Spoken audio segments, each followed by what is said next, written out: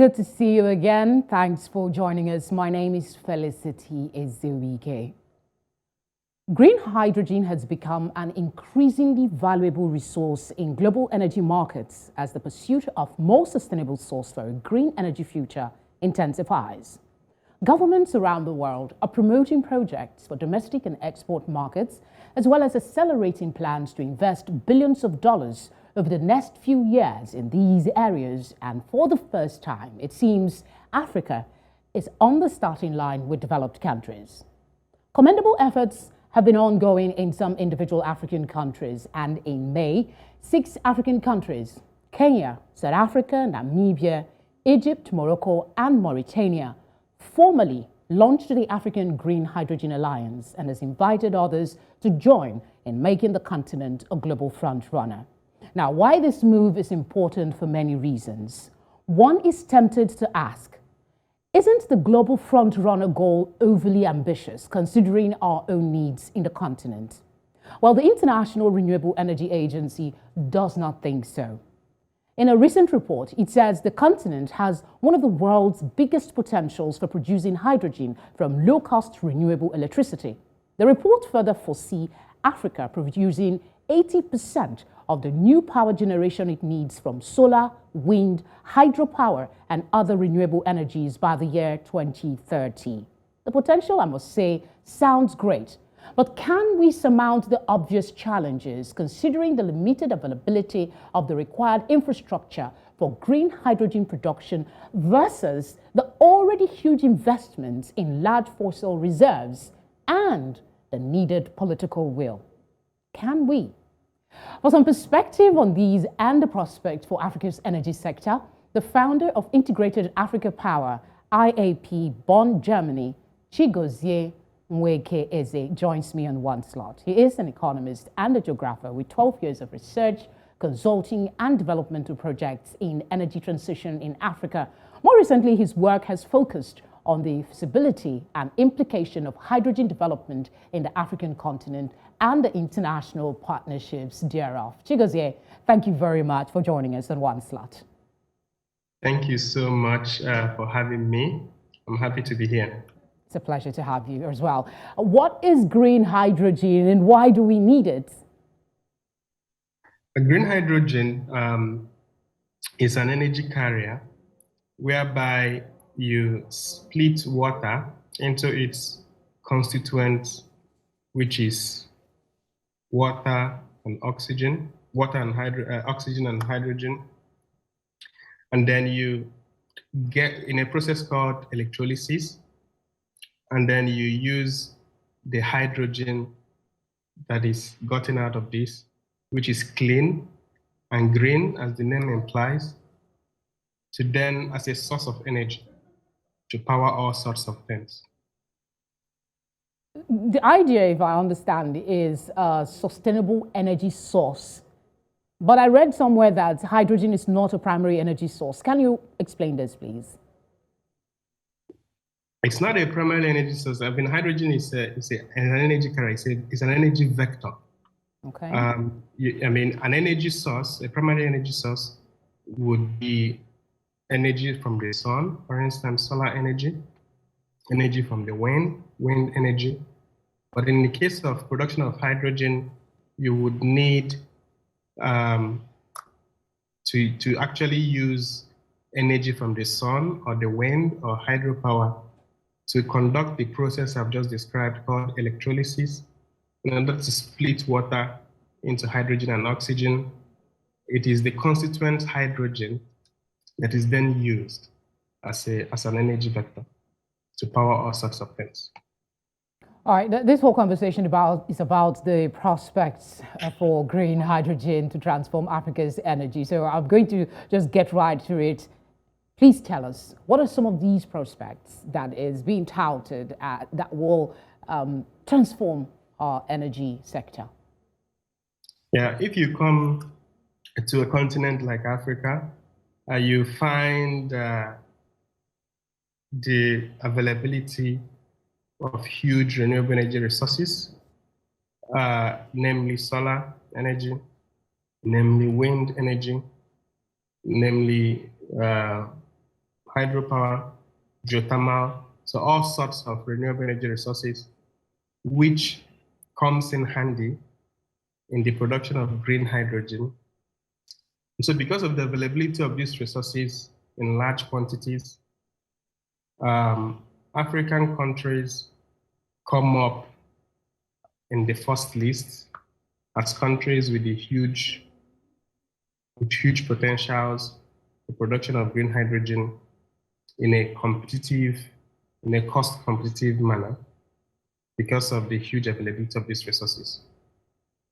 And so that is why Africa is always being mentioned when you talk of green hydrogen. Okay. How, except maybe I missed it, how really is it going to transform the energy sector for Africa? Okay.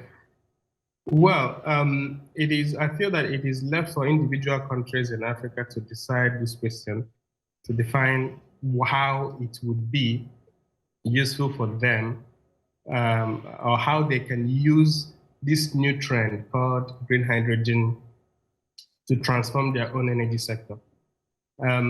This is why every country, some countries are already doing it, others have not yet started it. The countries sit down to define what they call green hydrogen strategies. It is in these green hydrogen strategies or plans that they define in which specific ways they plan to pursue green hydrogen and in which ways they hope that their pursuit of green hydrogen would transform their own energy sector. One idea that comes to mind, the pursuit of green hydrogen in one hand is also a way to actually increase the availability of renewable energy projects in a country, because I've just told you that before you can produce green hydrogen, you need green hydrogen, you need renewable energy projects that would be able to power the electrolysis process. So some countries has envisioned that, okay, fine, if we want to produce green hydrogen, or pursuing green hydrogen is also a way of attracting investment in the renewable energy sector, which would also enhance the energy sector of the country as a whole. That's one part to look at it. Another part to look at it is that we have to know that green hydrogen is also quite useful in decarbonizing areas we call hard to abate sectors. There are products of green hydrogen, in this case, green ammonia. You could produce green ammonia, which could be used to produce green fertilizers, which can also be exported. So there are also products that are directly related to green hydrogen process, which can also either be used within the country or exported for export revenues. So these are some of the ways we can use green hydrogen. One more way we can use green hydrogen to transform the energy landscape is actually to use it as a tool to stabilize the intermittent renewable energy sources. That is to say that you could use it to store excess generated electricity from solar panels or wind, for instance, in form of ammonia or green ammonia that can then be used again such that you do not have any waste of energy resources. Okay, can you, because I'm sure for a lot of people, I had a tough time trying to understand the whole framework of this. I still don't have much of a clue. So I want you to give us an example, if you may, of a country that in Africa that is doing something with renewable energy, hydrogen carbon in this case, that, I beg your pardon, green hydrogen, that you think is an example of the potentials that we will get if we explore further? There are a number of countries that are pursuing this in different ways. I will give you some examples. So one, you have a country, for instance, like Morocco, which is currently experimenting on producing green ammonia.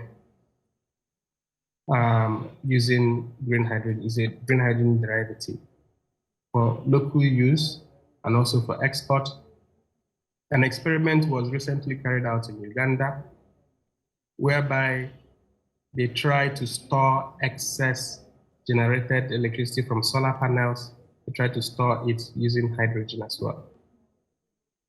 And if you want to look at more large-scale examples, then you find countries like Namibia, which as we speak is collaborating with private sector to develop a $10 billion project, which is expected to generate electricity within the country and also export to European countries. Okay, I needed to get that clear. I'm sure a lot of viewers will also try to understand from that perspective as well, so we don't get lost in the one magic wand fantasy. There are questions about its use in other areas aside from energy, like aviation. What can it not be used for? Yeah, there are currently a lot of experiments going on the feasibility of applications of hydrogen technologies. Some areas have been identified as high priority areas that it could be used for. For instance, we know that it can comfortably be used to decarbonize steel industries, or it can be used to produce green ammonia, can be used to produce green methanol, or green methane, or jet fuels, you see. So these are feasible usages. There are also usages that are not so feasible, because of cost. We have to also understand that the electrolysis processes itself at this current time and stage is costly. Okay. And it's depending on support from governments, many located in Europe and other developed countries, to be able to sustain its pilot stages. And of course, you have a lot of support going on because green hydrogen is being termed. We have to, first of all, understand how green hydrogen emerged. First of all, hydrogen itself is not a new thing. It has always been there. I mean, hydrogen has been used in the oil sector. Green hydrogen has also been experimented before, but it became a topic as a result of people trying to think about how they could further the agenda of energy transition. And they realized that there are sectors that were very difficult to transform. These are called hard to abate sectors. So green hydrogen came up as a means of also decarbonizing certain sectors. For instance, heavy industries and the production of cement, production of steel. You couldn't say that you want to power that efficiently with solar panels and so on. You needed energy vectors like hydrogen to be able to power that, green hydrogen. Okay. So this is how green hydrogen came up. Okay, so green energy is looking like a really good option for a sustainable energy source. But how acceptable is the need for the shift? Should being a global exporter be at the forefront of the agenda for Africa, or we should focus our efforts on sustainability for the interim? What are the challenges to actualization? Please join us after this break for Chigozie's response.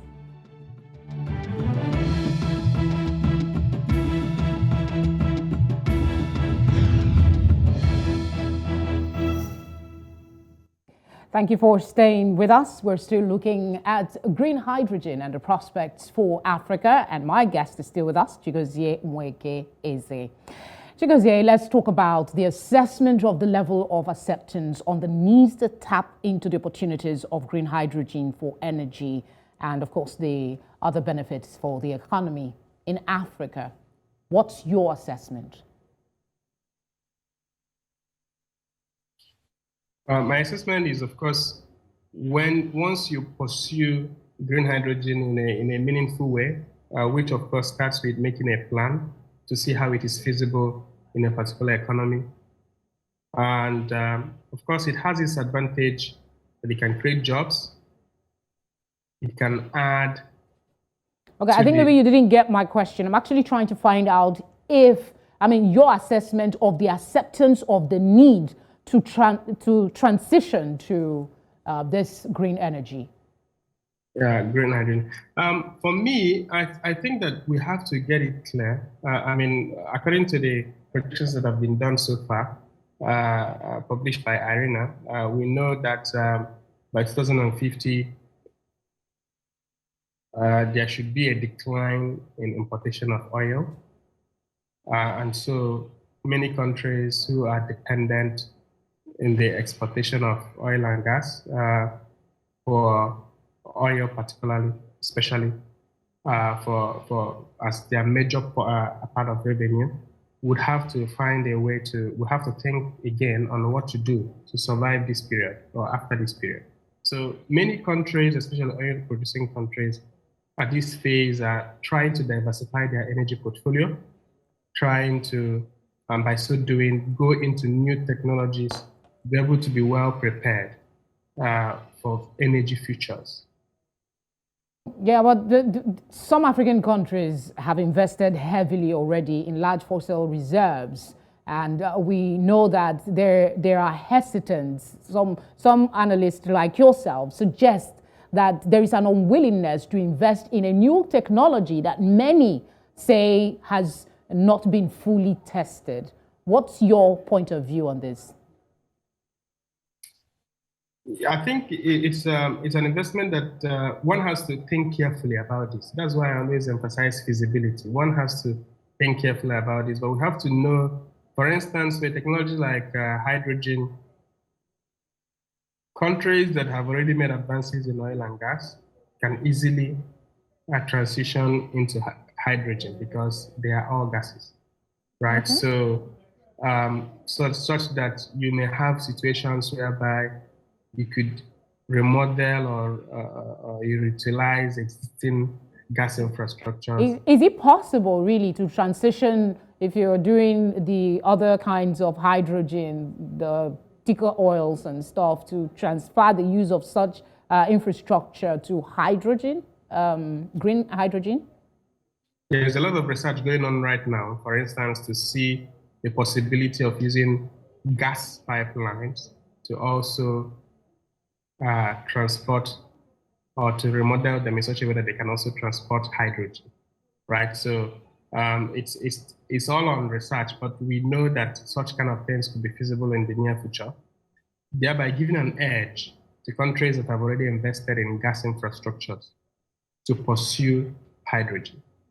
I will give you an example. For instance, you know about the West African gas pipeline, or also the Moroccan Nigerian gas pipeline that is also being built, that is meant to export gas to Europe.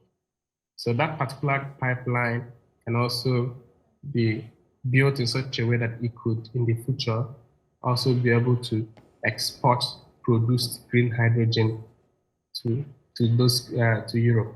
So if there is so much enthusiasm as to the potentials that there is, but there is no certainty about how we can transition some of the infrastructure that we have, doesn't that mean that the investment requirement might be too much for African governments to be willing to invest in this new energy source despite its potential?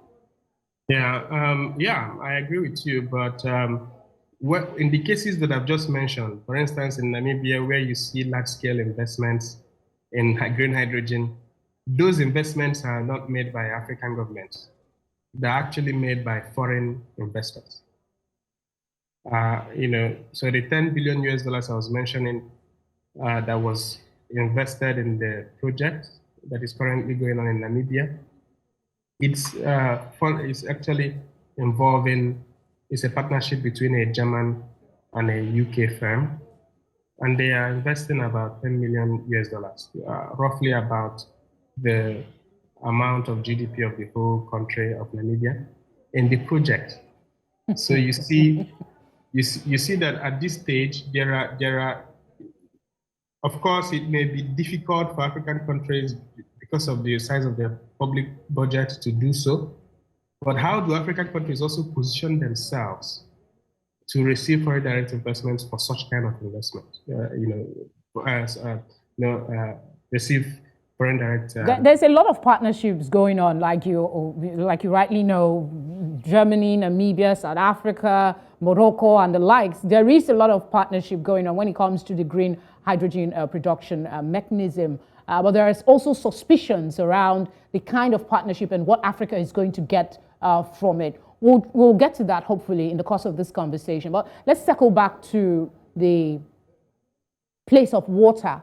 I particularly brought up this question because we have a scarcity of the resources across Africa. Some countries like Sudan have the situation with droughts. It is a reality now. Only 24% of the population in sub-Saharan Africa has access to safe drinking water. This is not my figure, it's from the UN. You yourself, in another interview, did say that there is a need to be sure that water sources for green hydrogen production does not compete in any way with the uses of fresh water. So how do we walk around this? Where is the water is essential to, I know there are other ways, but water is also essential to the process, isn't it? Yeah, so that is why I said African countries must understand what green hydrogen is. They must also have their own stance and conditions for any investment that will come in as regards green hydrogen. Green hydrogen has its benefits, but it has its own risks. It has its opportunities and it has its risks. So in some African countries, as you just mentioned, they have scarcity of water. The question that the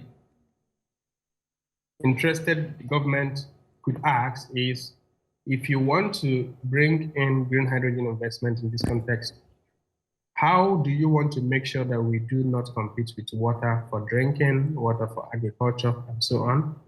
There are so many ways to avoid it. For instance, you have cases whereby water can be sourced from the sea. Instead of from freshwater sources, it can be sourced from the sea and then desalinated using the desalination technology. And then, because you need fresh water to produce hydrogen, right? So it has to be fresh water. So if the investor would introduce a new technology for desalination, for production of fresh water, not just for the project, but also to produce even more water for domestic use in the context of production, you see that green hydrogen production in that sense is also adding to improving development trend in that region. So these are the stances that African countries need to make to say, fine, these are our sustainability criteria, these are our conditions for investment. Do you meet it or not? Of course, water issue is very important.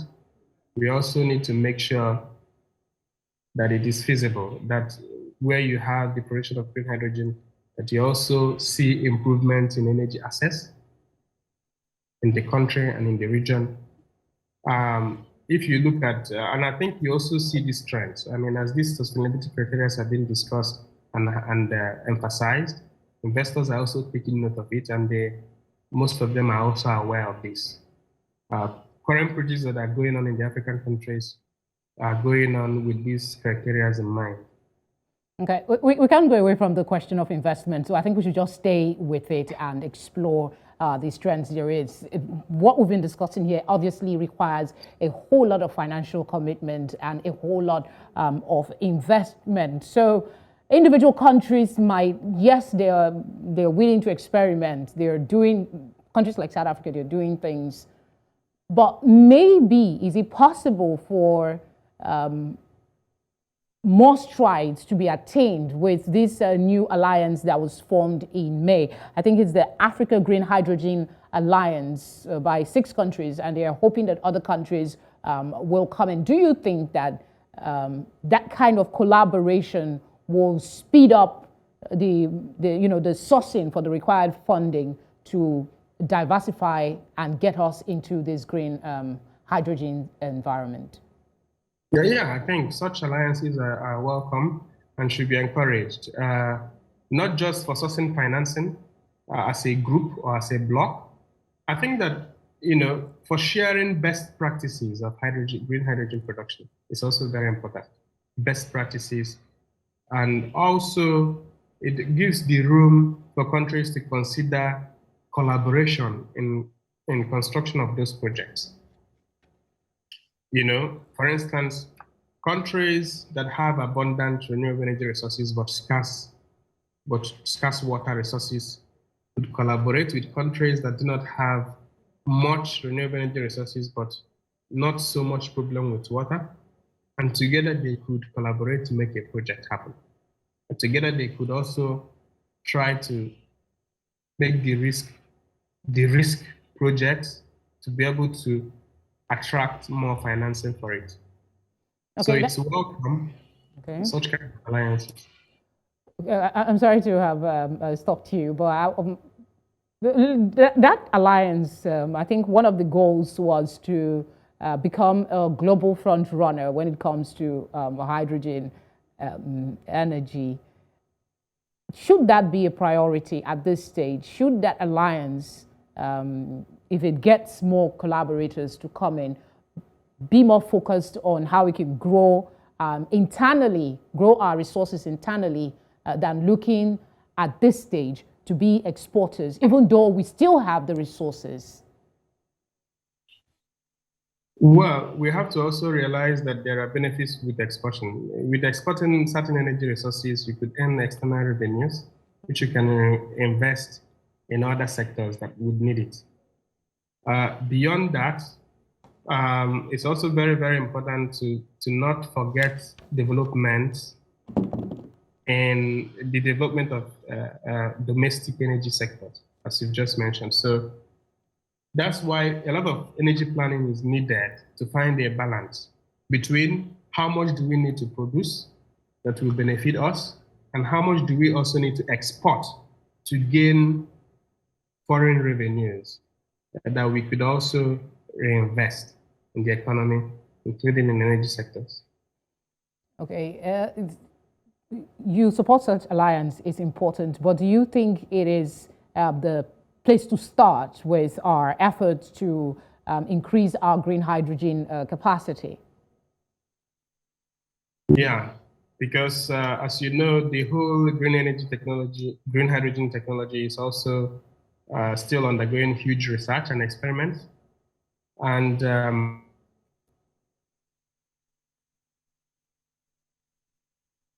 okay, I think, Chigozie, can you hear me?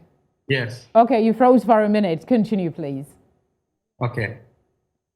I was referring to, you know, the importance of collaborating to share know-how and to understand the technology itself as it advances.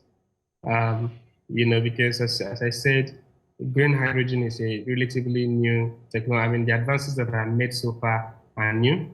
It's now that people have seen most of the applications and needs. And so there are a lot of research going on. It is important that countries come together to see how they can cooperate, cross-border cooperation in energy development. And it's always welcome. I always support it.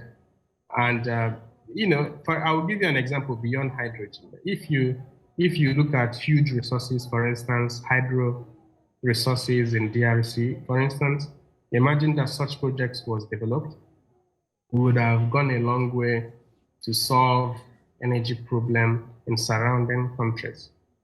But because of lack of efficient cooperation among African countries, that project has stalled. So in order to drive faster energy development, to de-risk projects to attract more investments, cooperation between countries are always welcome. Okay. I think it's time for us to take a quick breather. And when we come back, we'll be looking at how Africa can truly deliver on green hydrogen potential. We'll be picking Chigozie's brain a little further. Don't go away, please.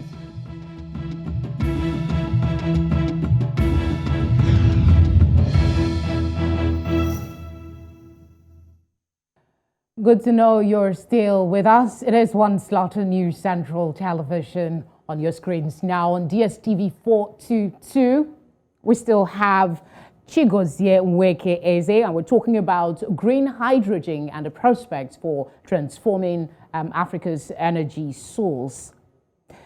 Chigozie, efforts are on, no doubt. You've mentioned some of them already, but how truly can we deliver on Africa's green hydrogen potential? One of the prospects you mentioned earlier was the storing of electricity. Maybe you could start from there. How can we truly begin to deliver on the potential that we have instead of talking about it consistently? Yeah, there are a lot of potentials for that. I started to talk about the potentials of green hydrogen to serve as a vector to store excess generated electricity from renewable energy sources or intermittent renewable energy sources like solar and wind. So you can store it there. Of course, you have your batteries as well, which you could use to do so. But hydrogen can also serve that purpose. And then when you store it, you can then reuse it or even transport it for export elsewhere. Other than that, you could use it to decarbonize heavy industries. Because this is an era of energy transition and decarbonization.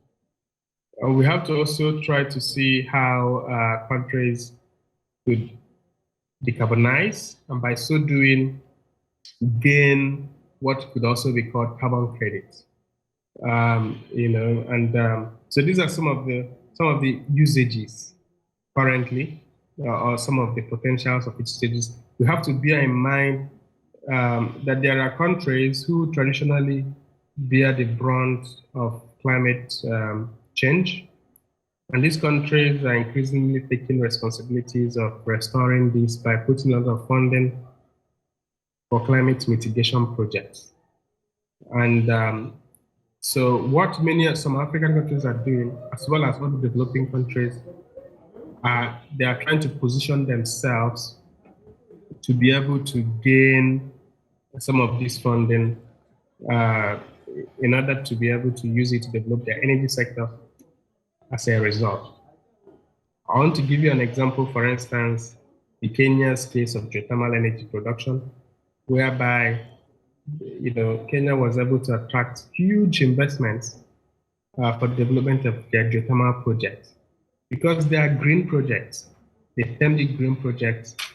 And so when you make your plan and you're able to plan it well, you could get financing for that. And with this financing, you could develop a large-scale renewable energy project which is serving two purposes. Number one, it is generating electricity within the country where the project is located, but at the same time also contributing to climate mitigation process that is currently going on all over the world.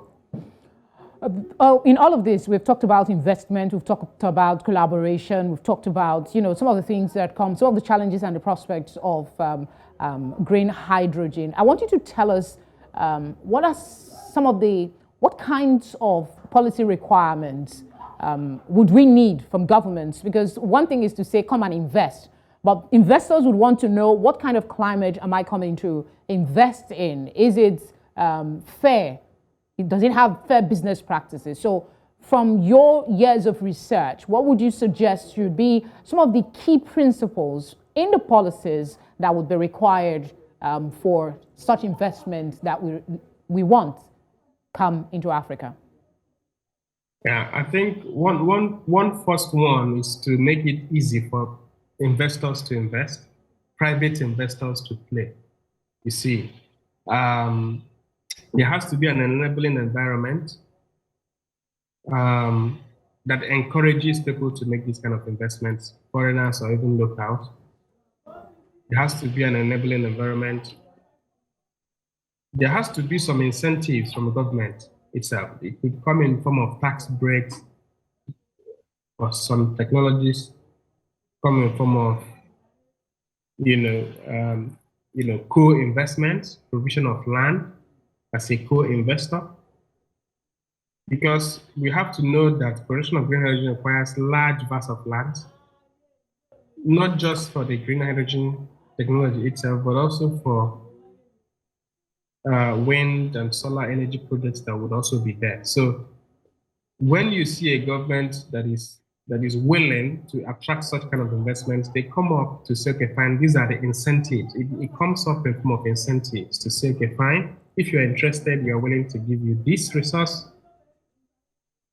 And that we are also able to give you tax breaks, something to motivate investors. We're able to secure your investments, risk insurances. So these are some of the tools in the hands of the government to be able to attract more investments in green energy projects. All right, South Africa and Namibia keeps popping up when we talk about green hydrogen. Some say, I don't know if you agree, that they are the leading countries in Africa. If you agree that they are, what do you think they're doing that should be considered by other countries? But if you don't, that means this question doesn't really apply. Yeah, to some extent. I mean, one could argue that for different reasons. I mean, the two countries are pursuing green hydrogens in two different ways. So while South Africa is pursuing it in form of research, science, and technology, trying to improve their electrolysis technology, they have a mineral, platinum group metals, that is very important for the production of the electrolysis technology. So they're trying to advance on this technology. They're trying to also see the feasibility. They have plans for Green Hydrogen Valley. You see, they're thinking more of domestic use and applications. So this is the difference. While Namibia is developing their green hydrogen project in a more large-scale nature that incorporates export as well. Okay. What can be learned from both? I mean, what can be learned is also the way the Namibian government has shown interest and in attracting such kind of investments in their country. The way they were able to create the enabling condition, the way they were able to create trust for such investment to come into their country. The way they have shown enthusiasm, you see, and that can also be emulated. All right. I'm told we have limited time left on the program, so I'll just go ahead and talk about, we talked about production costs and how we can reduce that and still increase production at the same time. And we talked about partnerships across government and as well as investors. This is key.